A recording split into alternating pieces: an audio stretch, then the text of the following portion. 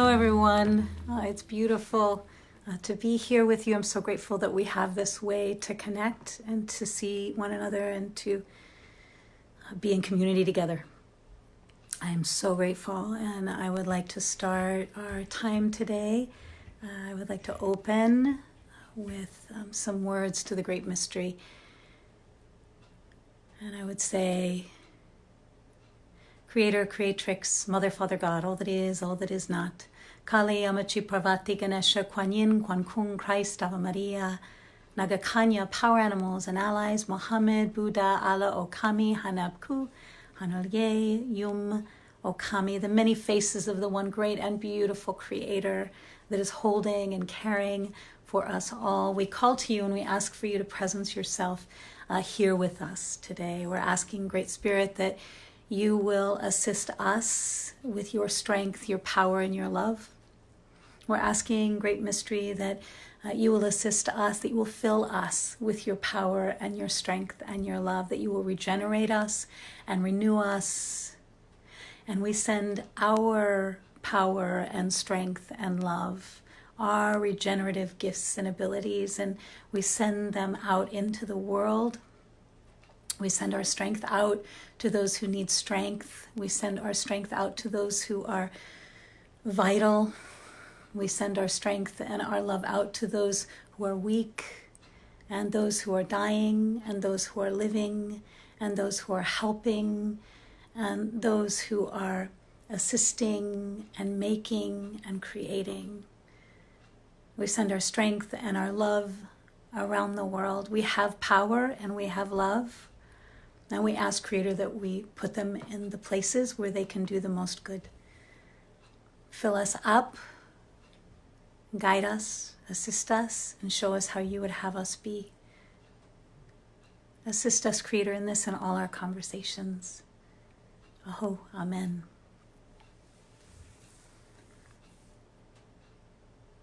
And so we've been thinking about a couple of things over these days. And one of the things we've been thinking about is about our healing arts and our power to, and our love and our capacity to heal. And you know, we can send our love and our power and our energy and our strength. We can send our strength. We can give people strength. And it's something that we have the capacity to do, and we can even just close our eyes and send it to someone. And I know one of the things we've been doing is sending that around the world and sending it to the animals and the plants and the people and all of the creatures. And we were also talking about the order of things and how we've kind of we have gotten a little mixed up in the real order of things. And so I've really been enjoying really just noticing the order of things, and you know how morning follows night. And it's just so interesting how morning, it's after the darkness, morning comes and the sun rises, and it's always so beautiful. And I'm always so grateful when I see the sun. It's such a gift to see the rising sun.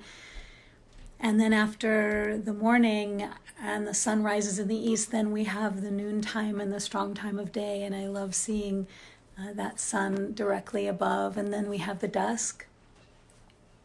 And that's the correct order, that, you know, the night will happen, and then the morning will happen, and then noon will happen, and then the evening or the dusk will happen, and then the night will happen again. And then hopefully we're going to get another morning.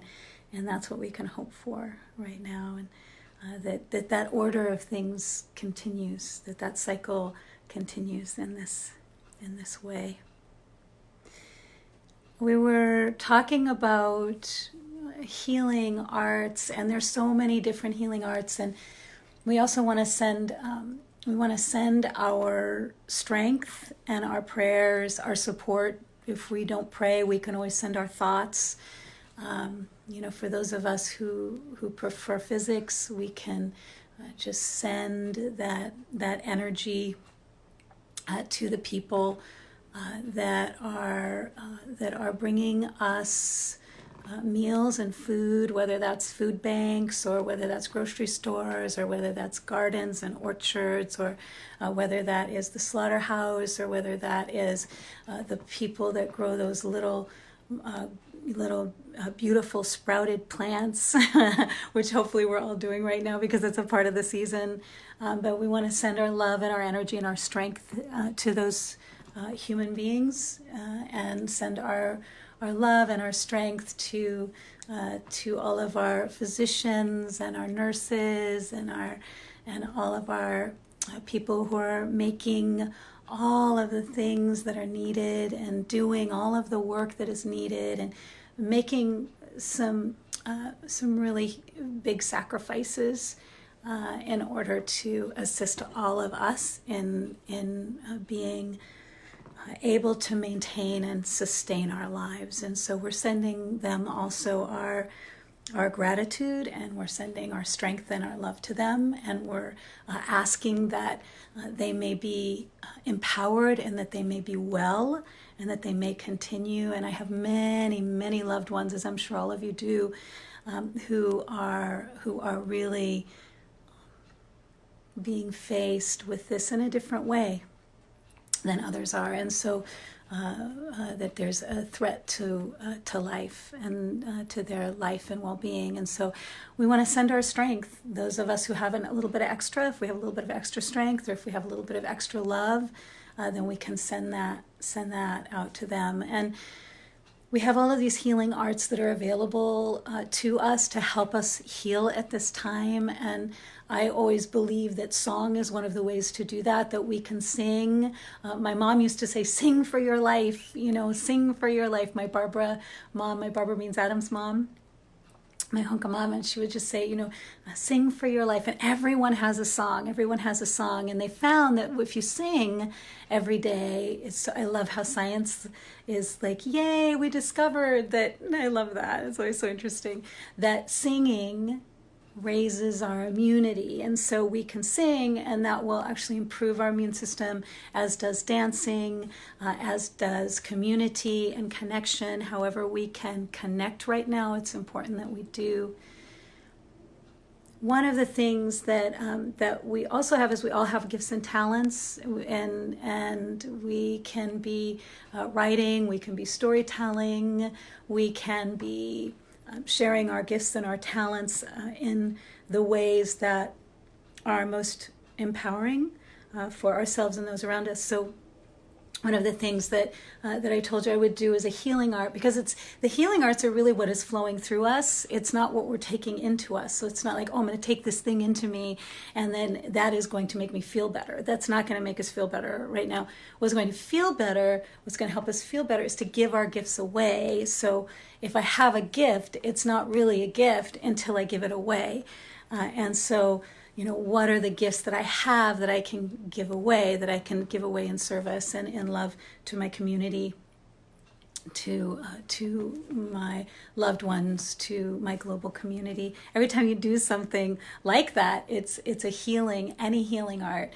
And I believe all the arts are healing arts. I believe poetry is a healing art, painting is a healing art, dancing is a healing art, singing, all of the arts are healing arts. So we have the healing arts that are in one form with our medicine people, with our physicians, and like people like my brother Michael Cross, and he's a medicine man of the Oglala Lakota Sea. That's another form of medicine, a spiritual medicine. And then there's also physical medicine, which, a lot of us have loved ones. And I think of Kamimila, I think of Carrie Rose, I think of, my loved ones, my beloved ones, who are Arti Chandra, and just some of the most beautiful Kamimila human beings, Laura Gabrielle. So I'm just thinking of people who are doing that physical medicine piece, and we want to be honoring that there's the physical medicine, there's spiritual medicine, there's emotional medicine. There are people who are really looking at how can we stay strong, and how can we be strong of heart and of mind in this time. How can we become better human beings from what we're going through together at this time. And so one of the things, one of the things that I did was I had committed to writing a poem as part of the healing art. And so the artists are creating, like our work is to create and to make. I appreciate what David White talks about, and making the invisible visible, or helping us to make that contact. And his work is so beautiful, and I love all of the work that I've done with him and with my other cohorts. And he is such a gift, and his beautiful wife Gail.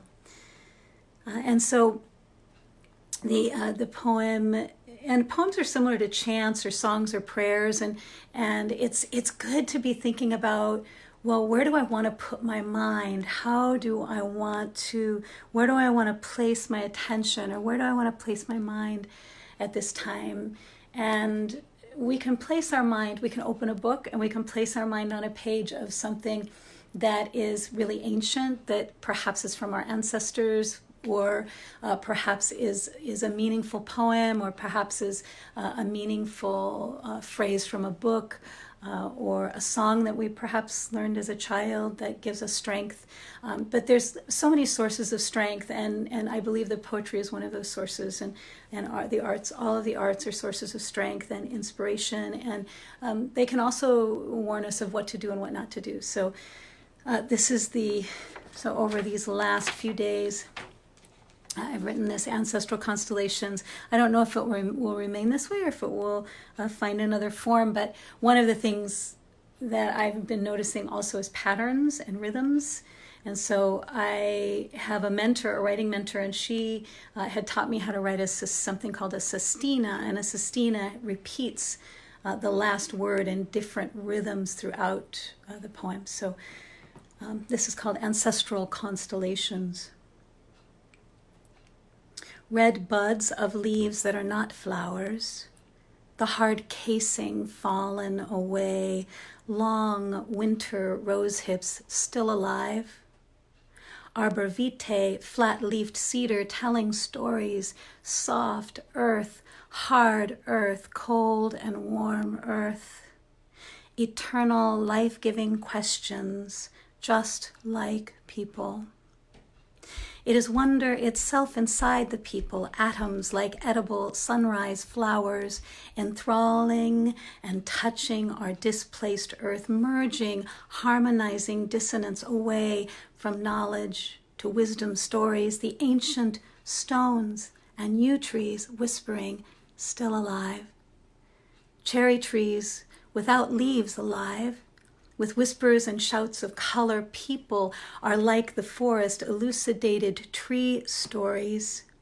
Freedom to plant seeds become flowers, all you can carry away, away to encounter our relational earth, our organic rhythm and atmosphere of earth. These seasons and cycles, each sage that keeps us alive, carries away what no longer serves the first people, the last people alive, the flowers, anything that blooms speaks ancestral stories.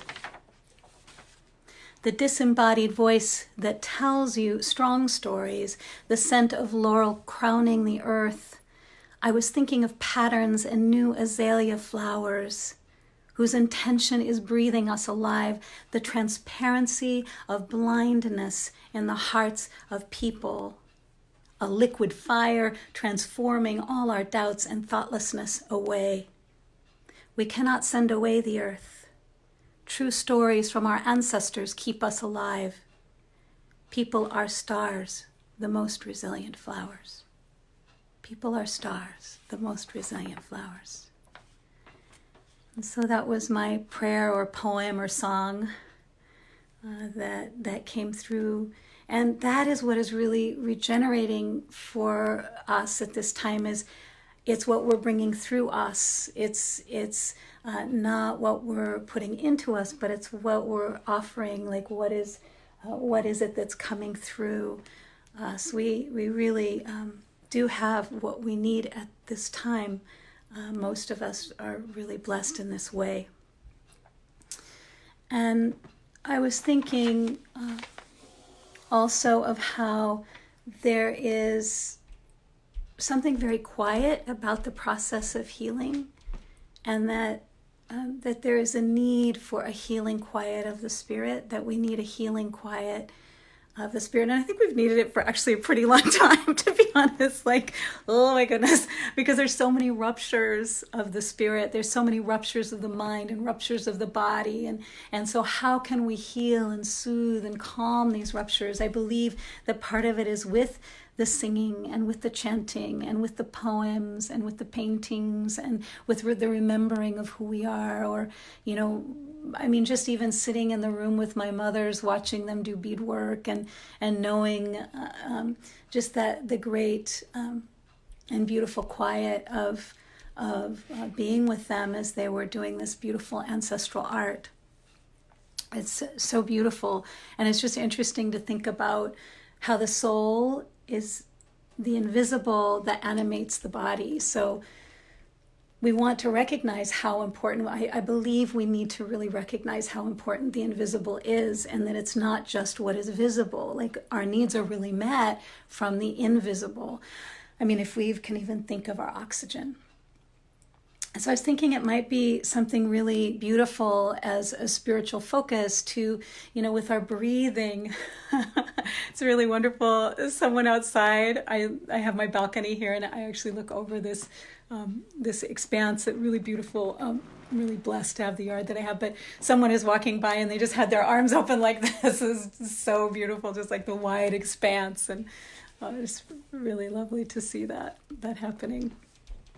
Like a welcoming of the world, But I was thinking that it would really be really beautiful to think about what is my spiritual focus, and how do I take care of my soul and my spiritual well-being. And if I don't really have a spiritual life, or if I don't really believe in a creator or in a great mystery, then I can think of it more like, an intention that I might want to send out to the mystery, because we all need the mystery. Everyone needs the mystery, whether we believe in a higher power or not. We all have a mystery, and this experience we're having right now is one of them. It's really a great mystery. This is a part of the mystery. And so as I was thinking about that, I was thinking about our breath, and our breath isn't like oxygen is invisible. And I just think it's so interesting that this thing that keeps us alive is an invisible thing. And I believe that spirit is also, it's visible and it's invisible. And so what are the ways that spirit, or what are the ways that soul, or what are the ways that my spiritual life is enriched by what is around me? And then who and what am I enriching? And so what are the healing arts that may be healing to my own spirit? And then we also talked a little bit about the planting of seeds. The part of the order of things is the planting of seeds. And the planting of seeds is, and one of my most precious human beings, Matilda, my Matilda mom, she plants a lot of seeds. And so the correct order of things would be, in the springtime would be to love the seed, as we talked about in the last conversation, and then to sing to the seed, and to maybe put it in some really damp, moist soil, and then to let it begin its sprouting. And then the correct order would be to plant that seed, and then the next thing would be, the correct order of things would be to nurture it, plant it in the ground, witness it growing. And then the next order would be harvest, or fall, after the summer, the growth and the fruition, then the fall, and then the thanksgiving and the gratitude, extending our gratitude and thanks to the earth for all she provides for us, and then moving into the winter and the deep regenerative nature. All things go back to the ground to regenerate. And so right now we're in the time of spring, and so this would be the time to begin attending to our seeds. And we spoke a little bit about our seeds of intention. And so when I have an intention, I can connect that intention to my breath, and I can breathe in love instead of air. And I can breathe out strength, to all of the people who might need that strength. And even though we're not allowed to share our breath, we're always sharing our breath. We're all connected. The evidence of that is pretty clear at this time. We're all connected. So if we can focus our energy on a healing breath instead of being fearful of our breath, I think that could be something really powerful if we could have courage and confidence. And if we can breathe. And it's interesting, one of the things that I've learned over time from some of my really beautiful students who are also gifted acupuncturists is that the lungs are, they represent grief. And I believe that we have, there's a collective grief that we're carrying right now, and that it's time to attend to that grief. It's time to acknowledge it and to attend to it, and hopefully, if we can, to resolve it. So let us send our strength and our love and our energy to those who need it, and may we continue to be well and to regenerate. I am hoping that we can perhaps send that breath and that strength out to the people who most need it, who would most need a little bit more strength and a little bit more love, and maybe we can find some chants and some poems and some prayers and some songs that we could memorize, or just simply sing them into the world for the healing of the world and the healing of the earth and the healing of one another, the care of one another. And on that note, I wanted to close today with this Joy Harjo poem. It's called Remember, and she is our poet laureate right now for the United States. She's marvelous. This is from She Had Some Horses, one of her texts. And it begins, remember. Remember the sky that you were born under. Know each of the stars' stories. Remember the moon. Know who she is. Remember the sun's birth at dawn.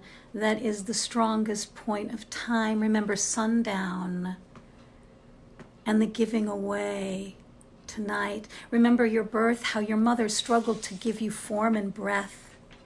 You are evidence of her life. You are evidence of her life, and her mother's and hers. Remember your father. He is your life also. He is your life also. And remember the earth whose skin you are.